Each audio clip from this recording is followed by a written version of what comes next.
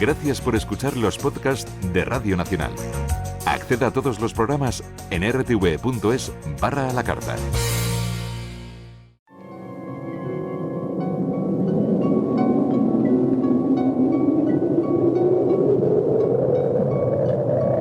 Solo cuando el túnel está en la más absoluta oscuridad es cuando puede volver otra vez la luz.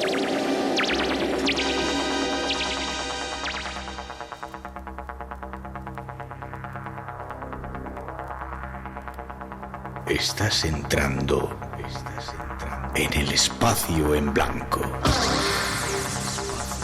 Una puerta a nuevas dimensiones de la existencia. Una nueva perspectiva sobre la realidad. Espacio en blanco.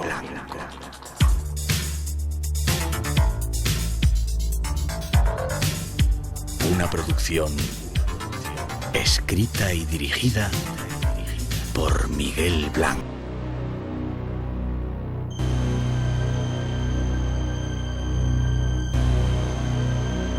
Desde hace tiempo, muchos de vosotros nos pedís que hablemos de extraterrestres, de posibles contactos con esos seres que parece que desde hace miles de años visitan el planeta Tierra.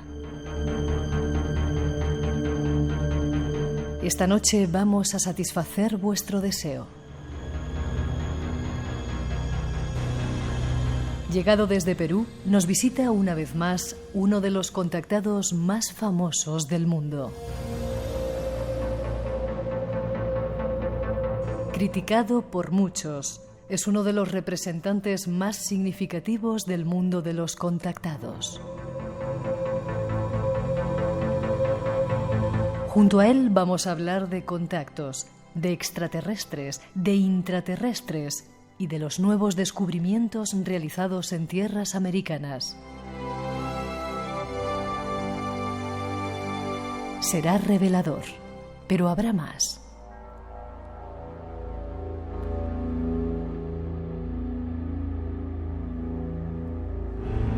Una nueva incursión por esa historia ignorada de nuestro mundo y de nuestro país.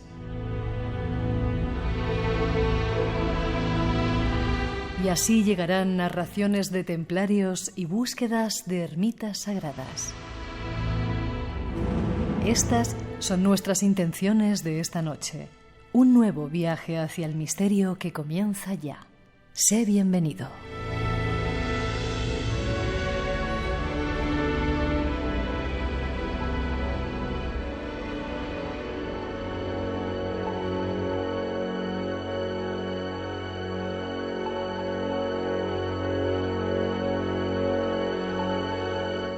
Ahí están las intenciones de nuestro programa de hoy. Habrá alguna que otra sorpresa y solo nos queda saludar a nuestro primer invitado, Sisto Paz. ¿Cómo estás, Sisto? Muy buenas noches, Miguel. Realmente un placer estar nuevamente contigo. Igual te digo. Me estaba acordando ahora cuál fue, no sé si yo ya no recuerdo la primera, pero me acuerdo aquella que montamos en Tenerife. ¿Te acuerdas? En la playa del Socorro. Eso fue extraordinario. Wow. Con Paco Padrón. Sí, señor. 30.000 personas. El año anterior habíamos tenido 40.000 en el Teide. Ese año decían que 30.000 personas, la que se lió. Sí, eso estuvo extraordinario. Pero bueno, déjame, voy a ser crítico contigo, ya te lo he avisado, ¿vale? Estupendo. Déjame que lea algo que dicen de ti en la Wikipedia. Sisto Paz-Güell es autor y conferenciante sobre el fenómeno OVNI y el contacto con extraterrestres desde la perspectiva científica y espiritual. Conocido por haber sido la cabeza visible de Misión Rama en varios países de España y América, se destaca entre todos los ufólogos por haber convocado a la prensa internacional a avistamientos programados con antelación en más de 10 ocasiones. Dice que has escrito 20 libros en español, uno en inglés. Te autodefines como contactado por extraterrestres. Y dice que has sido duramente criticado y denunciado públicamente como charlatán. ¿Por qué te critican tanto, Sisto? ¿Por qué te dan tanta caña? Bueno, lamentablemente existe una enfermedad que se llama envidia. O sea, no puede ser posible que después de 45 años haya gente que le moleste, que a mí me inviten de medios de comunicación, que esté en programas muy vistos de la televisión en países, en países como Estados Unidos, aquí mismo España, y muchas veces incluso hasta me pagan por asistir a estos programas, porque hay gente que ni aún pagando le invitan. ¿ya? Entonces, como te digo, la envidia es una mala actitud, es una enfermedad. Ahora, el tiempo no pasa por gusto. El 2014 fui invitado por 2 senadores del Congreso norteamericano pues a los Estados Unidos. Estuve en Washington, estuve dando conferencias sobre el tema del contacto extraterrestre. Eso no se consigue de la noche a la mañana. Eso es producto de la trayectoria y la credibilidad que se ha ido alcanzando a lo largo de estos años. Pero lo que quiero aclarar es que yo formo parte de un grupo de contacto. No es la historia de Sixto Paz, es la historia de un colectivo de personas de la que yo soy solamente uno más. Ya, vale. Déjame que te diga otra cosita también crítica. Dicen que eres un vendemotos, que vienes o vas por... ¿Sabes lo que es vendemotos? Por diferentes países haciendo caja. Y de que vienes a España de vez en cuando a hacer caja. Bueno, primeramente vengo en esta ocasión a un congreso, ya...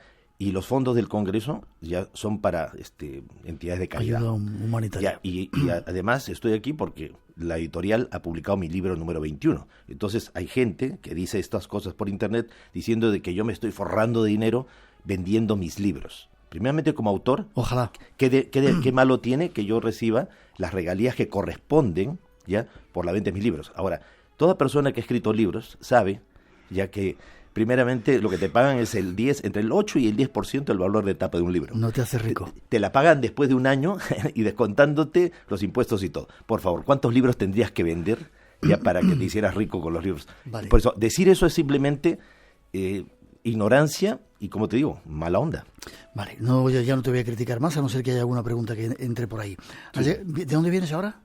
De Puerto Rico. De Puerto Rico. ¿Has estado en el Yunque, me decías? Sí, Wow. Estuvimos ahí en el Yunque, estuvimos también en la zona costera, y los avistamientos siempre están a la orden del día, es impresionante, o sea, el tema OVNI no ha perdido vigencia, muy por el contrario. He estado también en México y ahora estoy volviendo nuevamente a México. Los avistamientos en la zona, por ejemplo, de Tepoztlán, donde está justamente el Teposteco y todo, donde hay una pirámide impresionante ahí arriba de la montaña y todo, ya te digo, se siguen dando. No solamente allí, o sea, en la zona de Rosarito, Tijuana, la Baja California, también los ovnis apareciendo a plena luz del día, es una cosa extraordinaria. Vamos a hablar seguramente un poco de ello. No te perdono una cosa, que no me has invitado, bueno, me has invitado 14 veces. No, sí te invité, sí, y la yo última no vez ir. Tú me dijiste que no podías ir. Vale, pero te sigo con esa historia. Tenemos que ir juntos algún día a ver ovnis. Te decía que este año, si Dios quiere, voy a Perú, a ver si nos juntamos. Claro, eso sería extraordinario, claro que sí. Y estábamos hablando fuera de micrófonos que cuando ya tengas la fecha exacta, avísame con anticipación, vale, para que con tu gente y todo me puedan acompañar a Chilca, donde empezó la experiencia hace 45 años atrás. Vale, este es nuestro invitado, Sixto Paz, contactado, de los más famosos que hay en el mundo, criticado también, le dan leña dura, pero está con nosotros esta noche, primero para presentar un libro, el Códice Mexica, y sobre todo para darnos los últimos datos acerca de ese misterio que yo tengo ganas de que se aclare ya. Tras esa introducción, vamos con datos.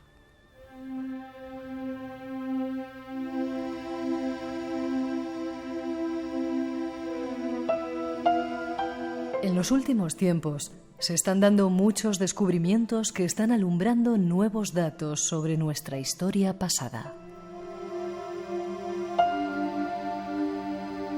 Países como Egipto, Perú, México, China, Turquía están siendo protagonistas de nuevos hallazgos sorprendentes. Nuestro próximo invitado llama nuestra atención sobre México.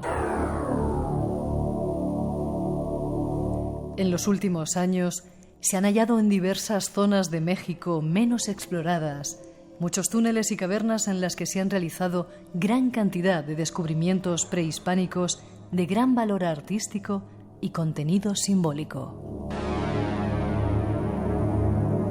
Quizás sean descubrimientos que nos hablan de culturas pasadas desconocidas hasta hoy. Vayamos a conocerlas en los próximos minutos. Antes de hablar, Sixto, de esas grutas o cuevas con las que tú comienzas este libro, El Códice Maya, que es una novela, ¿no? Así es. Vale, pero basada en algunos datos reales. Está basada en hechos reales. Vale. Ahora, simplemente los personajes tienden a ser ficticios, pero toda la información que se da allí es cierta. Vale. ¿No te parece, tú que tienes la oportunidad de viajar por muchas partes del mundo, que se están dando descubrimientos muy trascendentales, alumbrando de una manera diferente la historia como nos la han contado y como si nos estuvieran preparando para para algo. Naturalmente que sí, fíjate tú. Siempre nosotros hemos tenido la idea de que la primera ciudad, o sea, el primer centro habitado ya que existe, o sea, la primera población sedentaria es Jericó, con una antigüedad de 10.000 años. Sin embargo, los científicos alemanes han estado excavando Göbekli Tepe, esto allá en Turquía. ¿Conoces? Ya estaba en Turquía, pero no pude llegar a Göbekli Tepe. Yo voy dentro de unos cuantos, muy poco tiempo, vamos juntos. Vamos juntos. Vale. Ya te digo, sí me entusiasmo por ir a ese lugar porque tiene 11.500 años de antigüedad, son 16 templos circulares, monumentos megalíticos parecidos a los de Antequera, ahí en Málaga, ya pero gigantescos, espectaculares, con un arte extraordinario, alineados astronómicamente, hace 11.500 años, por Dios. O sea, le ha roto los esquemas pues a toda la arqueología. En Perú, ya la doctora Shadi, o sea, al norte de Lima, estaba explorando un río, o sea, una quebrada desértica del río Supe, vio unas dunas de arena extrañísimas, comenzó a excavarlas y se encontró pirámides de hace 5.000 años de antigüedad, el grupo de Caral, y al lado de estas pirámides un rostro gigantesco hecho sobre el desierto de una cabeza seccionada, pero gigantesca, o sea, ya no una cabecita, gigantesca para ser vista desde el cielo, de hace 5.000 años de antigüedad. Las líneas de Nazca tienen 2.000 años de antigüedad, esto es 3.000 años más antiguo para ser visto desde el cielo. Y pirámides de 5.000 años de antigüedad. Se pensaba de que de un momento a otro la antigüedad, las fechas se disparaban, pero más allá de lo que se pensaba. En Perú lo más antiguo que teníamos nosotros era 3.000 años, o sea, Chavín, y lo anterior era precerámico. Ahora aparecen estas pirámides con patios hundidos, observación astronómica, orientaciones astronómicas espectaculares, y sigues tú el río llega al mar, y al lado de la población de Supe, que es un puerto de la época de la colonia, que actualmente sigue siendo utilizado como puerto, toda la basura, desde la época de la colonia y la época de la República, se tiraba del otro lado del cerro. Había un cerro que al lado de esta población. Se acumuló cantidad de basura. Entonces el alcalde dijo, no, miren, ahí hay una playa muy bonita, vamos a ponerla operativa para que lleguen los turistas. Y removió más de 60.000 toneladas de basura, y debajo de la basura encontraron las pirámides de Áspero, ya que tienen 5.300 años de antigüedad, 300 años más antiguos que Caral. Después desvían el río, un poco más al sur, ya para irrigar unas pampas que están muy cerca del mar, ya en la zona de Bandurria, y el río se extiende por cualquier parte, no sigue el curso, el cauce que se había hecho, y de pronto las dunas de arena comienzan a derretirse y aparecen ahí tremendas pirámides, que son las pirámides de Bandurria, también de 5.300 años de antigüedad. Todo en Perú. Y todo en Perú. O sea, son contemporáneos a los sigurats o sicurrato, ya, de los sumerios en Mesopotamia. Ya. 900-137-137 nuestro teléfono. Egipto también se están dando constantemente y continuamente nuevos descubrimientos. Ahora vamos a México. En muchas partes del mundo es como si quisieran... El templo de Amenofis III, el padre de Akenatón, ya que empezaron a escarbar en donde era terreno de cultivo, detrás de los colosos de Menón, y aparecieron unos más pequeños, y luego aparecieron otros más pequeños, y han comenzado a aparecer todos los restos de los pílonos, de las columnas, esculturas de la diosa Sekhmet, pero hasta por gusto, un rostro gigantesco del mismo faraón Amenofis III, pero colosal, de que si esa estatua estaba completa, era la estatua más gigantesca que haya tenido pues realmente Egipto. Es como si la historia se estuviera revelando para esta época. Y desvelando para nosotros, ¿no? Así es, o sea, como que hubiese un interés especial, de alguna fuerza que se está moviendo detrás de todo esto, como para que comencemos nosotros a estar dispuestos a encontrar algo más detrás de todos estos hallazgos arqueológicos. Sin embargo, ahora que has hablado de fuerza, también hay fuerzas contrarias que no quieren que salgan estas noticias. A toda fuerza se le opone otra contraria de igual intensidad. Tú mides lo que haces por el grado de oposición. Así, cuando tú me dices, mira, Sixto, te están criticando, pues qué bueno, porque eso demuestra que estamos nosotros sacando chispas. Dando la lata, ¿no? Sí, molestando a más de uno. Vamos a México. Cuéntame qué está ocurriendo en esas cuevas y dónde están esas cuevas. Sí, permíteme que me remonte un poco al año 2004. Te permito. 25 de marzo del 2004, un grupo de espeleólogos británicos quedan atrapados en el interior de las cuevas de Alpazat en Cuetzalan, Puebla. Una zona boscosa, una zona casi virgen del estado de Puebla. había llovido diluvialmente, estos británicos quedaron atrapados en el interior. Defensa Civil de México, demostrando siempre su eficiencia, quiso rescatarlos, no se quisieron dejar rescatar, dijeron que mientras que no hubieran gente de su gobierno, autoridades de su gobierno, no se dejarían rescatar. No salían de la cueva. Así es, no salían de la cueva. Entonces llegan realmente de la embajada británica, se les saca y resulta ser de que no eran espeleólogos científicos, no eran espeleólogos deportistas, no eran turistas, no habían sacado ningún permiso para estar explorando estas cuevas. Hacía 20 años atrás que ya venían explorándolo sistemáticamente y siempre sin permiso. Entonces, cuando a las autoridades mexicanas les preguntaron que qué estaban haciendo allí, estos señores, que resultaron ser todos miembros de inteligencia británica, declararon que no tenían por qué darle ninguna explicación al gobierno de México. Es como que tú llegas a tu casa y te encuentras a un grupo de ocupas que te han invadido tu hogar y tú dices, oiga, ¿ustedes qué están haciendo en mi casa? Y ellos te dicen, ¿a usted qué le importa? Oiga, ¿es mi casa? ¿No? Entonces, pues esto nos recuerda precisamente lo que ocurrió también con británicos, pues a mediados de los años 70 en las cuevas de los Tallos en el Ecuador, al lugar donde tú vas a ir dentro de muy poco. Que aparecieron un grupo de británicos, llegaron con helicópteros, con ametralladoras, alejaron a los indios Shuar de la tribu de los jíbaros del interior de la cueva, impresionante que Juan Morix había explorado tiempo antes y que había mencionado Erich von Däniken en su libro El oro de los dioses, y que también de donde habían salido esos tesoros tan increíbles, unas supuestas planchas de metal con extraños ideogramas o símbolos que el padre Crespi puso en su museo detrás de la iglesia de la Virgen Auxiliadora en Cuenca. Entonces se metieron allí sin permiso alguno, o quizás pagando alguna coima, alguna autoridad que lo permitió, y se llevaron cosas del interior de estas cuevas, donde habían tesoros incalculables y cosas misteriosas. ¿Y eran británicos? Sí. Entonces, ¿qué estaban buscando realmente estos británicos en el interior de las cuevas de Cuetzalan? Recordemos Espera, déjame que hagamos una cosita.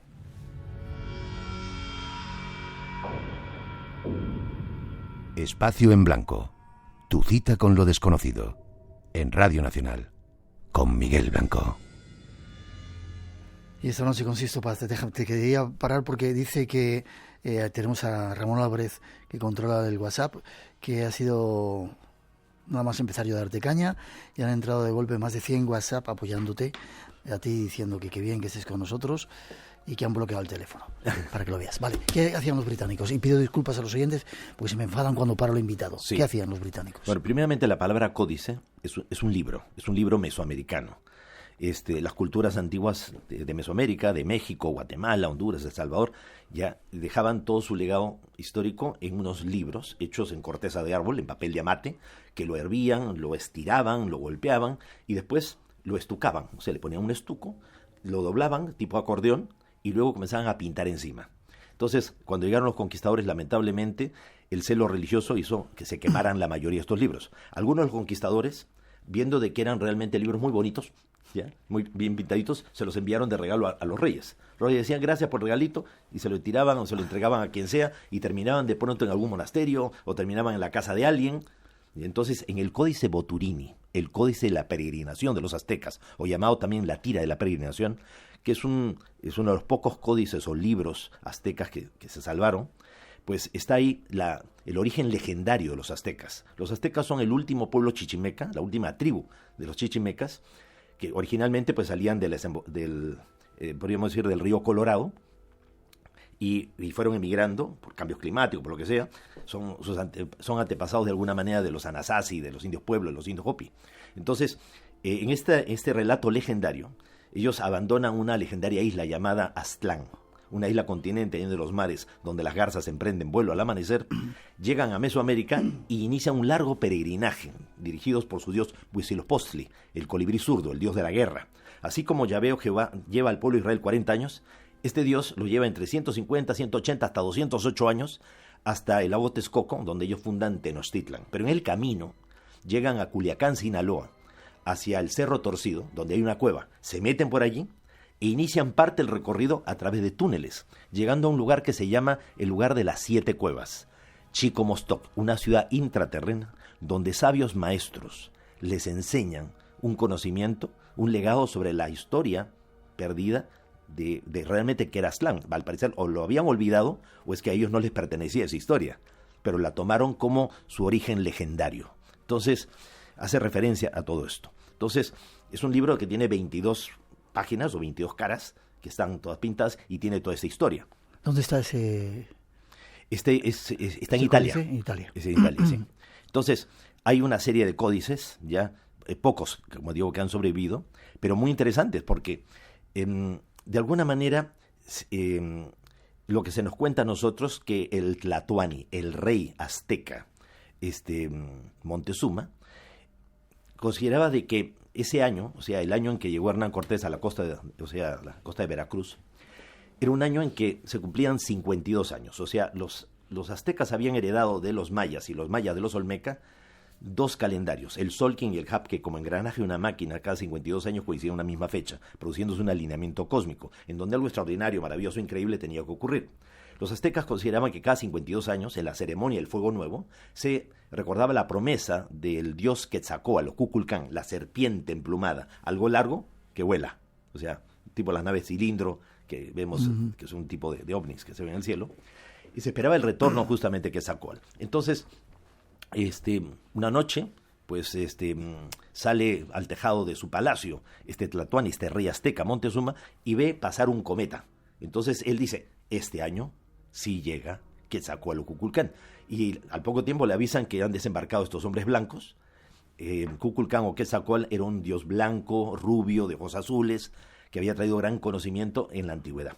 Entonces, cuando lo recibe en su palacio, a Hernán Cortés le dice, mi gran señor Quetzalcóatl, como tú bien sabes, nosotros somos descendientes del antiguo Aztlán, ¿ya? Así como diciendo, por si acaso, nosotros estamos de tu lado. Entonces, realmente Hernán Cortés no sabía de lo que estaba hablando y no le interesaba. Pues, ¿cómo nosotros podemos tener la seguridad de que todas las fechas que se mencionan realmente son fechas reales, tanto de los calendarios azteca como del calendario de los mayas? El destino no es porque sí, la casualidad no existe. Hay un códice que apareció en Alemania, que se llama el Códice de Dresde, que es el códice, es un libro de los mayas, que es el Códice de los Eclipses. Ahí están profetizados todos los eclipses, ¿ya? Y hay 2 eclipses en particular que los mayas consideraron que iban a ser hitos, que marcarían la historia planetaria. Uno de esos eclipses debía ocurrir el 11 de julio de 1991, según nuestro calendario. Por eso tenemos la seguridad de qué fechas, ya en comparación con los mayas, realmente estamos hablando. Entonces, el 11 de julio del 91 ocurrió un eclipse sobre México, ya que según la profecía, porque venía acompañada una profecía, decía que ese eclipse marcaría el retorno de los señores de las estrellas. El 11 de julio del 91, cuando la gente estaba mirando el eclipse sobre la Ciudad de México, apareció tremendo ovni sobre la ciudad, una de las ciudades más pobladas del planeta, la Ciudad de México, 23 millones de habitantes, todo el mundo lo vio. Y todos los canales de televisión dieron manija a este video del ovni, una cosa espectacular. El otro eclipse debía ocurrir el 11 de agosto de 1999. Ese eclipse, según los mayas, marcaría el ingreso de la humanidad en el llamado Salón de los Espejos. O aprendemos los seres humanos a vernos reflejados tal como somos y cambiamos de actitud frente a la naturaleza, frente a la vida, o la naturaleza nos cobrará la factura. Ahora, lo interesante es que el eclipse del 11 de julio del 91 estaba también representado por un trono de huesos humanos. El simbolismo era el descalabro del poder político, la caída de la credibilidad de la clase política a nivel mundial, de 1991 en adelante.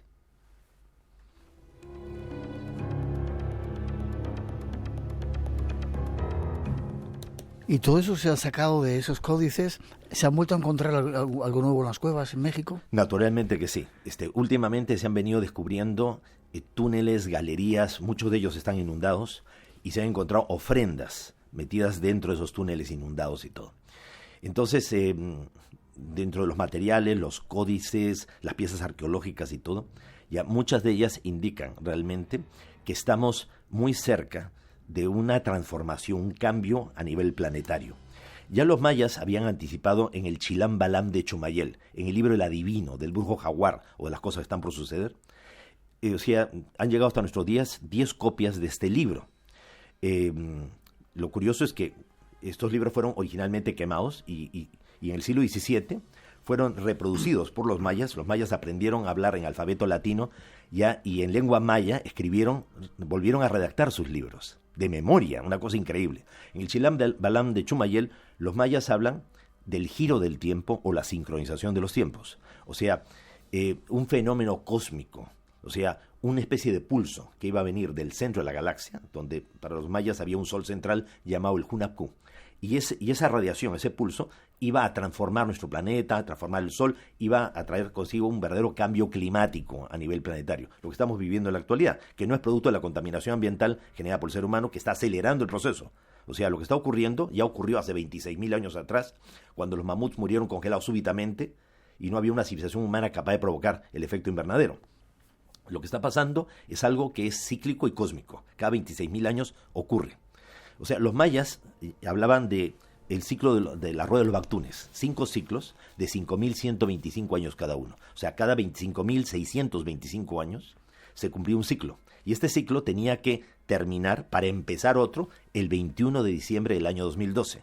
Entonces, hay lugares como Cobá, por ejemplo, en Quintana Roo, donde hay un grupo de estelas, y la primera estela que te encuentras en el grupo Macanchoc, ya tiene 4 fechas, y la cuarta fecha justamente es 21 de diciembre del año 2012. Ya. Dicen los oyentes que si puedes hablar más despacito. Ah, perdón. Sí, claro que sí. Te entusiasmas y, sí. Y das tremenda cantidad de información. Otro punto crítico antes de pasar a la segunda parte. Llevamos hablando del cambio más de 30 años contigo. Van un poco lentos estos cambios, ¿no? Pues, y de que el cambio es inminente, de que ya llegan, iba a decir, joroba, 30 años aguantando. Pues no es tan así. Date cuenta de que ahora a fines del año 2017, comienzo del 2018, el excongresista demócrata Harry Reid declaró a todos los medios de comunicación en los Estados Unidos que el gobierno norteamericano nunca dejó de investigar el tema OVNI, que se han gastado millones de dólares en investigación y empezaron a circular los videos oficiales del gobierno norteamericano de persecuciones de los aviones de la Fuerza Aérea, de ovnis que desafían las leyes de la física conocida por nosotros. Nunca atacan eso, o sea, realmente no tiene un comportamiento agresivo. Sin embargo, esos videos ya oficiales están circulando por ahí. Y según este congresista, todo demuestra que no estamos solos, que nunca lo hemos estado y que no vienen con malas intenciones. 2:34, 1:34 en las Islas Canarias. 900-137-137 nuestro teléfono, por si queréis preguntar, criticarle, alabarle a Sisto Paz, que está hoy con nosotros. Y ahora vamos a escuchar, vamos a hablar de contactos extraterrestres. Te invito a escuchar el testimonio de un personaje que a mí me da mucha ternura, mexicano. Ya verás lo que cuenta.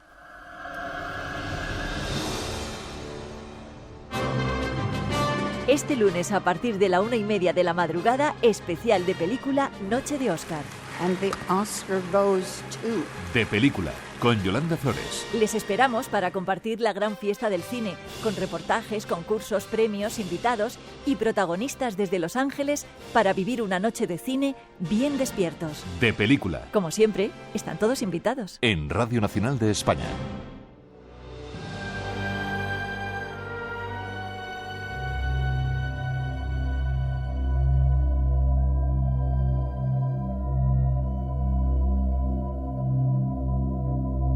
El tema de los contactos con extraterrestres se ha popularizado en todo el mundo. Según un reciente estudio, son México y Rusia los países que más creen en alienígenas. Centrémonos en México, país que conoce bien nuestro invitado.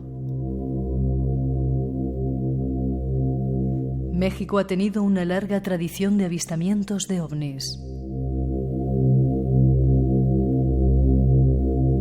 Los vídeos que supuestamente mostraban objetos volando sobre la Ciudad de México y otras regiones del país se popularizaron con el programa Tercer Milenio, conducido por Jaime Maussan.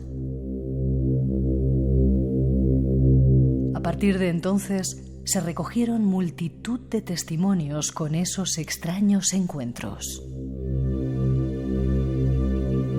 Rolando Silva Andrade, del poblado Aguafría en la zona de Los Azufres en México, nos relata su experiencia. Lo que vi de momento fue una luz en las copas de los árboles, y fue una luz grande que giró así, como remolino, como que dio vuelta y se apagó. Me quedé silencito yo allí a ver si volvía a ver esa luz y ya no salió. Lo que empecé a ver a distancia fueron 2 focos del tamaño de un carro, pues como los trae un carro, como los faros de ahí. Y ahí vienen entre más cerca hacia mí. Y ratos me ganó el temor. Y mejor yo corro. Y yo que trato de correr, cuando quise dar el primer arrancón, perdí la noción de mí. Como que la conciencia se me fue, ¿no? Pero de momento me vi de como que me trasladé a otro lugar y aparecí enfrente de un aparato raro que les digo que nunca había visto una cosa de esas. Era como un medio balón, así, y tenía unas patitas abajo, donde estaba sentado pues abajo en el piso, y tenía una escalera. Entonces esa escalera tenía como muchos símbolos geométricos, tanto en el piso, en los escalones, como en las vallitas, y como que una fuerza me pedía que entrara. Yo sentía esa sensación, y sí fui entrando y viendo las figuras geométricas en los escalones. Entré y estaba la puerta pues abierta, y así enfrente era como un cuartito y tenía como pantallas pegadas así como de esas pantallas planas que hay ahorita. Y me fijaba, yo iba observando y tenía el gruesor como de un cristal, pero era como de color oro. Entonces entré a ese otro cuartito y allí había unos seres altos, rubios. Pues yo creo que sí tenían como 2.50 de estatura ahí. Y me empezaron a hablar pues que qué andaba haciendo, destruyendo la vida de los animales, que era parte de mi vida. Es uno de los muchos testimonios, pero hay más. Trataremos de comprender junto a nuestro invitado. Rolando Silva Andrade de Aguafría nos contaba esta historia. Qué tierno, ¿verdad? Así es. Y muy parecido a otros muchos que tú has, no sé si vivido o comentado o escuchado de otros testigos, que se está aumentando en México quizá ahora. Así es. Tú recordarás que en el año 74, cuando nosotros empezamos la experiencia del contacto allá en Lima, en el desierto de Chilca, al sur de Lima, la primera vez que la nave aterriza, la nave tenía como una pata de aterrizaje, tipo módulo comando, despegue vertical, se proyecta un haz de luz y del interior sale un ser como de 2,5 metros de estatura, o sea, muy similar a lo que vio justamente este testigo, y el ser tenía la apariencia como un nórdico, como un escandinavo. Traje plateado y una especie de pectoral negro en el pecho. Decía él provenir de un planeta llamado Apu, de la estrella Alfa Centauro, a 4.2 años luz de distancia de la Tierra. Ahora, esto nos lo transmitió mentalmente, o sea, no lo escuchamos a él hablar, todo fue mentalmente. Y después al rato se fue y se marchó. Pasaron del 2000, o sea, del año 74 hasta el año 2012, en que Estados Unidos, o sea, la NASA y 3 universidades norteamericanas dijeron que habían descubierto el primer exoplaneta más cercano a nuestro sistema solar, que era un planeta que estaba girando alrededor de estrella Alfa Centauro a 4.2 años de distancia en la franja de planetas habitables. Un planeta mucho más grande que la Tierra, que tiene océanos, atmósfera, que tiene las condiciones como para albergar vida como la nuestra. Y que la primera expedición extraplanetaria o fuera del sistema solar que haría realmente la NASA sería precisamente a ese planeta. Así es. ¿Y ese planeta tiene que ver con el que a vosotros? Con Apu, con el planeta justamente que nos mencionaban a nosotros hace 45 años atrás. Entonces coincide mucho también con lo que dice esta persona, ya, porque realmente, primeramente son alrededor de 60 razas diferentes las que están llegando a la Tierra. Seres de aspecto antropomorfo, humanoide, cabeza, tronco, extremidades, seres de 3 metros de altura, de 2,5 metros, de 2 metros, 1,90 m, 1,80 m, 1,50 m, 1,20 m, hasta de 10 centímetros. ¿Qué me dices? Sí, o sea, y que se les han confundido muchas veces con los duendes o gnomos. Y hay seres de aspecto zoomorfo, seres que parecen reptiles, seres que parecen felinos, seres que parecen insectos, aves, peces, y que se han manifestado a lo largo de toda la historia planetaria. Generalmente los que buscan el contacto más directo son los que más se parecen a nosotros o los que pueden asumir una apariencia como la nuestra. Muchas veces no son como nosotros lo estamos viendo, porque ellos saben que nosotros juzgamos por las apariencias, y si vemos a alguien diferente, vamos a pensar que es malo simplemente pues distinto. Espacio en Blanco, en Radio Nacional, con Miguel Blanco. No tenemos mucho tiempo porque está esperando otro invitado que nos va a contar cosas de la historia. Pero esto sería entonces la Tierra una especie, yo que sé, de gran almacén. Por aquí pasa todo el mundo, 60 razas diferentes, cachondeo por aquí, la discoteca del universo. ¿Qué sería esto entonces? Lo que pasa es que si no tomamos en cuenta el eslabón extraterrestre, la historia de la humanidad no tiene ni pie ni cabeza. O sea, a la luz de la presencia de ellos podemos atrever a decir que nosotros somos el resultado de más de un experimento genético extraterrestre, que a lo largo de nuestra historia ha habido hibridación y mestizaje. naufragios estelares, colonizaje extraterrestre y hasta deportación de extraterrestres a nuestro mundo después de verdaderas conflagraciones de guerras de galaxias que han tenido como escenario neutral de sus batallas nuestro mundo. Basta ver lo que dice la Biblia, la guerra de los hijos de la luz contra los hijos de la oscuridad, la guerra de los ángeles, la mitología griega que nos habla de la guerra de los titanes, que determinó que un grupo de dioses griegos fueran deportados justamente al Tártaro, al inframundo. Por eso cuando hablamos de túneles y galerías, estamos cerca de contactarnos pues con esos seres que fueron deportados, exiliados a la Tierra hace miles de años atrás. He tenido la oportunidad de estar en Australia y los Anangu, los aborígenes australianos, ahí en el cerro de Uluru, o sea, está el segundo monolito más grande del mundo. Ellos nos contaban de que en sus mitos y leyendas hubo una gran guerra de los Wangima, de los dioses del cielo, y los hombres serpientes venenosos fueron derrotados y sus cuerpos fueron dejados debajo de la gran piedra de Uluru. También, cuando hemos estado en la isla de Pascua, ya los Rapa Nui nos han contado de que los primeros habitantes de la isla, antes que llegaran los 7 exploradores que envió Hotu Matua a la isla de Pascua, ya cuando ellos llegan se encuentran de que la isla no está deshabitada. Quienes vivían en la isla eran los Moco, los hombres lagarto. Y hasta los guardaparques del Parque Nacional Rapa Nui en su momento nos contaron que en unas cuevas del Poike habían cráneos entre humano y reptil y huesos de hasta 120 centímetros de largo, algo que también describió Antonio Rivera pues en su operación Rapa Nui. Yo no sé si esto nos lo ocultan. Tú tienes una especial atracción hacia ese tipo de cosas que no son demostrables todavía. ¿Por qué no contactan estos seres con el presidente de aquí y de allí y dicen, estamos aquí ya? Pero si muchas veces estos presidentes dicen que el cambio climático no existe, si son capaces de negar algo que es tan evidente, imagínate qué cosas no estarán negando. Cualquier conocimiento que tú tienes, que no tienen los demás, siempre te da un poder y una ventaja sobre el resto. Vivimos todavía en un mundo en el cual el control de la información es poder. Ya, sin embargo, Putin dice que está tratando de controlar todo y que va a contar muchas cosas de esos elementos que tiene secretos ahí, de esos documentos. Bueno, anteriormente ya vimos nosotros justamente que Medvedev, ¿no? Se atrevió a decir cosas, aunque off the record, ¿no? O sea, cuando él creía que ya se habían apagado las cámaras y todo, dijo, pues si nosotros sabemos que estos seres existen y están llegando aquí a la Tierra, ¿no? Ya lo dijo públicamente. Y sin embargo Stephen Hawking antes de morir decía que tuviéramos cuidado con contactar con esos seres porque igual nos tratan como bacterias, que si hay señales que mejor que no contestemos. Claro, él decía de que él estaba convencido que algo debía haber y que tratáramos de evitar el tener contacto con ellos porque ellos podrían comportarse con nosotros como nosotros nos comportaríamos con ellos. Ya, pero de ninguna manera, o sea, si vinieran a hacernos daño hace tiempo que lo han podido hacer, ya no hubieran esperado que desarrolláramos armamento nuclear como para defendernos, y no tendrían que pelearse con nosotros, simplemente sueltan algún virus en la atmósfera y nos morimos todos. Entonces no es esa la intención.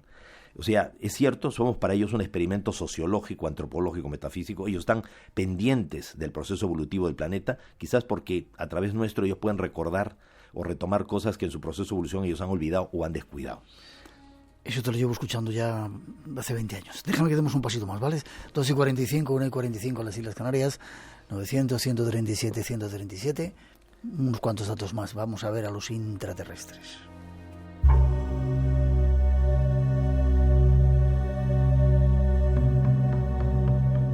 Seguimos en México y en esta ocasión nuestros pasos nos llevan tras la pista de extraños contactos intraterrestres. Nuestro compañero Johanan Díaz Vargas nos da algunos datos sobre el tema.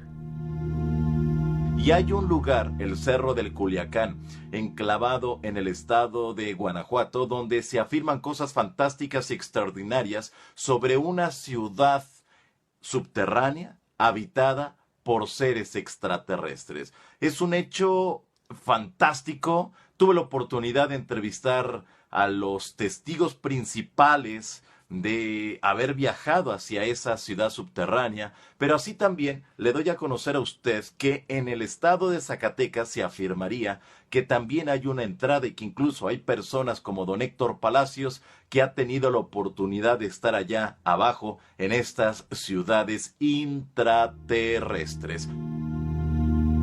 Ciudades intraterrestres en México. ¿Contactos con estos seres? Nuestro invitado nos da más datos. Si esto no fuera suficiente locura, hablar de contactos con extraterrestres, gente venida del cielo, ahora gente dentro de la Tierra. Así es. el 25 de octubre del año... No me dejas ni preguntarte, sí, adelante. Mira, el 25 de octubre del año 2012, las cámaras del canal más importante de la televisión de México y las cámaras del otro lado del volcán, del Popocatépetl, la montaña, el volcán emblemático de la Ciudad de México. El abuelito. Sí, del otro lado estaban las cámaras del Instituto de Vulcanología de México midiendo la actividad volcánica, ¿no? O sea, las erupciones continuas y constantes del Popocatépetl. Y apareció un objeto cilíndrico de 376 metros de largo que entró dentro del cráter del volcán en plena erupción. Un objeto en forma de cilindro. Ahora, naves, hay más de 167 formas diferentes de objetos en forma de disco, en forma de diamante, en forma de ala delta, naves rectangulares totalmente antiaerodinámicas que nos hacen recordar los mitos árabes, persas e hindúes que hablan de alfombras voladoras. Cilindros se han visto siempre, o sea, hay un grabado medieval del 14 de abril de 1561 en la ciudad alemana de Nuremberg, donde el mismo lugar donde Hitler tiempo después estaría haciendo sus grandes concentraciones políticas, pues aparecieron en el cielo cantidad de objetos en forma de cilindros. De ellos salían cantidad de objetos en forma de discos y como luchaban en el aire. Algunos estallaban en el cielo y otros estrellaban contra la tierra. O sea, ahí este grabado se llama La hoja volante de Nuremberg, ya 1561. Entonces, esto aparece, entra dentro del volcán, ¿ya? Y ¿qué estamos hablando? O sea, bases intraterrenas, que los extraterrestres se pueden meter dentro de cráteres en plena erupción. ¿Cuántos ovnis hemos visto entrando en lagunas de la cordillera o se meten en el fondo del mar y tienen bases subacuáticas? O sea que bases extraterrestres hay muchas en el planeta y en estas ciudades intraterrenas habrían remanentes de civilizaciones aparecidas. El libro apócrifo de Enoch nos dice que 200 ángeles, liderados por un ser llamado Semiasa, tuvieron contacto sexual con seres humanos de la Tierra. Eran 200 pleiadianos que cometieron la grave transgresión de tener relaciones sexuales con seres humanos de la Tierra y fueron castigados y fueron dejados en ese mundo intraterreno. Así que ahí abajo pues están los remanentes de estos alienígenas que en algún momento fueron castigados y en algún momento van a tener que liberarse de allí. Vale, déjame que te pregunte, ¿en qué lugares se han detectado estas ciudades intraterrestres o intraterrenas? Gers en Argentina, Cerro Uritorco. Cerro Uritorco, o sea, después tienes tú en el Paititi, en las selvas del Madre de Dios en Perú. Tienes el caso, por ejemplo, de Isidris, allí en Mendoza, en Argentina. En el Valle del Elqui, en Cochihuas, en Chile. En Brasil, tú tienes el Valle de Paraúna, en la Sierra de Porteari, en Goiás. En la Sierra del Roncador también. En la Sierra Nevada de Santa Marta, o sea, muy cerca de Ciudad Perdida. Ya, los indios mamos o los arahuacos o los cogis guardan ese lugar. El caso, por ejemplo, de la entrada de los túneles y galerías ahí en el Ecuador, de la Cueva de los Tallos. Hay también en Costa Rica, habrían parte de la entrada de estos túneles, o sea, en la zona de los Guayabos. En México, el Valle de las Siete Luminarias, que está el Valle de Santiago, cerca de Guanajuato precisamente. Ya estaba mencionándonos justamente Johanan Díaz parte de esta información. En Estados Unidos, Monte Shasta, en California, ya también la entrada a Telos, a esta ciudad intraterrena. Aquí en España, uno de los túneles de entrada estaría muy cerca de Santiago de Compostela. ¿Sí? Otro estaría muy cerca también de Toledo y la otra en la montaña de Montserrat. Vale, déjame que te pregunte, si hay tantos lugares, ¿cómo la ciencia no ha demostrado que pueda haber una civilización viviendo ahí abajo? Que dicen que, ¿te acuerdas cuando estudiábamos el NIFE, el núcleo de la Tierra? Últimamente han salido informaciones que demuestran que corre un río Amazonas paralelo al río Amazonas de la superficie a muchos kilómetros de profundidad. ¿Qué me dices? Sí, lo han dicho los científicos. Después también se ha hablado de montañas, de llanuras y todo que están debajo de la tierra. Entonces, y lo dicen científicos, o sea que se permiten hacer este tipo de investigaciones. Pero bueno, lo interesante es que si existe un mundo intraterreno, ya, obviamente los gobiernos pues van a ocultar la información como han ocultado muchísimas cosas. Para que veas tú cómo se oculta información. Pero te digo, bueno, dímelo y luego te pregunto por qué. ¿Por qué van a ocultar esa información? En el 2006... Nos quedan 4 minutitos, no sé que te quieras quedar un ratito más después. Sí. En el 2006 ya los medios de comunicación de Estados Unidos presionaron al gobierno norteamericano para que liberara toda información considerada clasificada de la llegada del hombre a la luna en 1969. Si no hay nada que ocultar, ¿por qué materia reservada? Y la NASA dijo que no podía liberar todos esos documentos secretos, videos, audios, ya, porque habían desaparecido inexplicablemente del Archivo Nacional de los Estados Unidos. Ajá. Qué raro, porque el Archivo Nacional de los Estados Unidos no se pierde ni el tiempo. Entonces, una buena forma de decir que no te lo puedo dar a conocer porque se me ha perdido. ¿Cómo se te va a perder, pues? ¿No es cierto? ¿Pero por qué no se engañan entonces? Primeramente porque para los militares le da lo mismo que sean extraterrestres o extranjeros. Del momento en que un objeto volador no identificado invade tu espacio aéreo sin que tú lo puedas evitar, es un problema de seguridad nacional. Por otro lado, ¿cómo queda nuestra cultura, nuestra religión, nuestra economía? Si se reconoce que existen superpotencias cósmicas y hace tiempo que ha podido invadirnos y no lo han hecho. O sea, todo nuestro planeta tendría que reestructurarse, desaparecer las fronteras, unirnos toda la población mundial como una sola gran nación frente a los visitantes. Mejor que nos encuentren unidos y no enfrentados. Entonces se acabaría la pobreza en el mundo, se acabarían muchas cosas. Sería bueno. Naturalmente, para el común de las personas sería muy bueno, pero para los intereses creados de este planeta, que son unos pocos, pues no les conviene.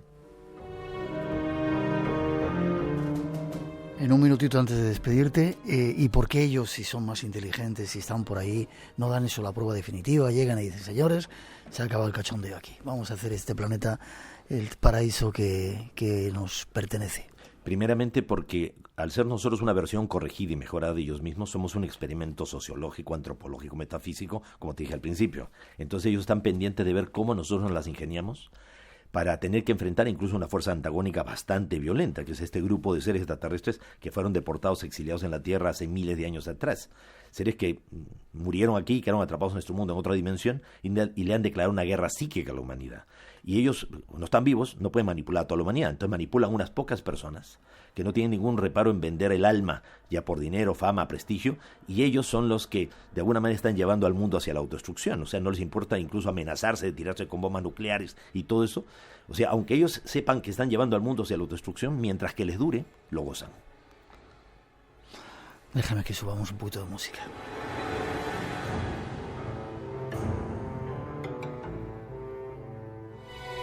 Esta noche, en Espacio en Blanco. Sobre ruinas de un castro celta y una ciudadela romana, la orden erigió en 1178 un imponente castillo sobre el río Sil. Cerca se encuentra la explotación romana de las médulas, de la cual se dice que los caballeros pudieron haber seguido sacando oro, lo que explicaría su prosperidad en el territorio.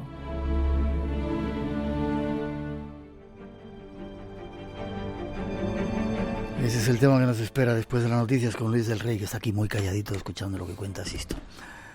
Sisto, ojalá, bueno, que sigamos viéndonos. Has venido a España a un congreso que tendríamos que estar nosotros, pedimos disculpas. ¿Vas a estar en dónde?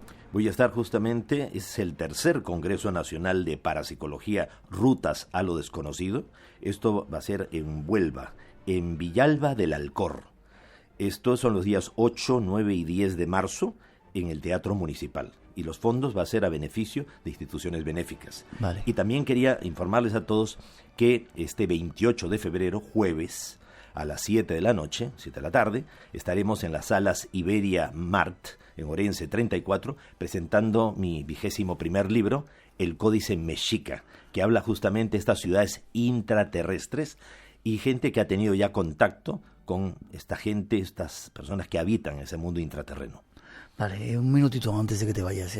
Tú que tienes contacto con esos seres, ¿no han dicho que si van a dar? Algunas veces has anunciado o han anunciado algunos de los contactados un gran acontecimiento que va a hacer que abramos los ojos los que estamos aquí abajo.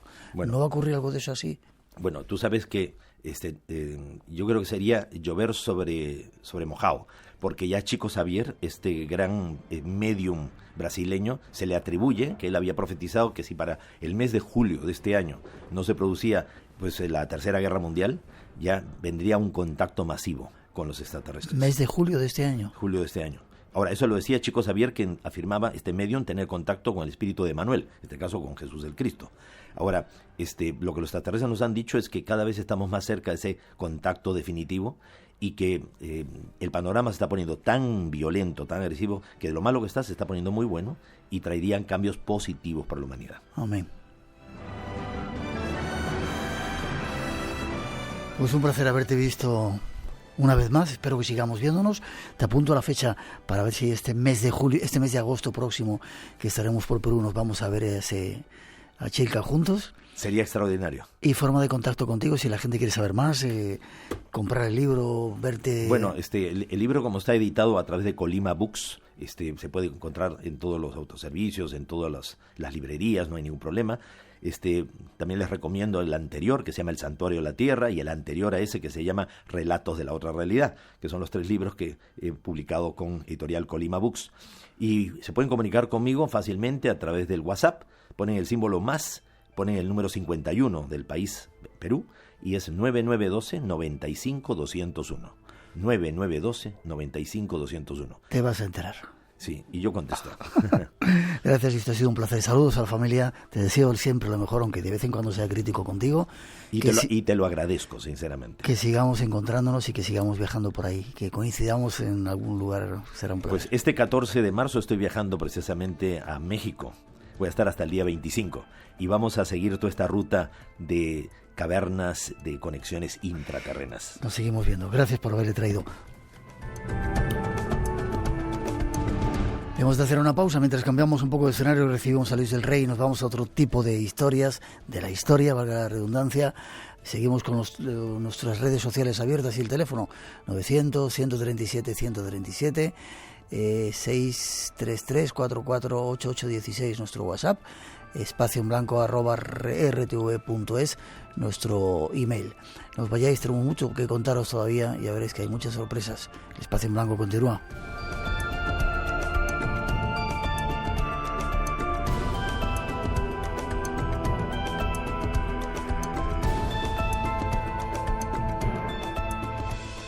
Si te gusta el misterio, lo desconocido, tienes una cita con nosotros. De 2 a 4 de la madrugada, del sábado al domingo. Espacio en Blanco, con Miguel Blanco, en Radio Nacional.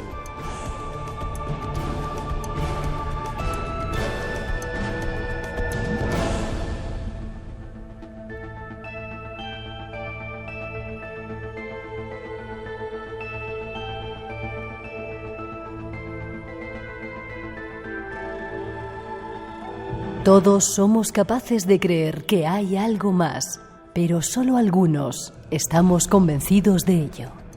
Espacio en Blanco.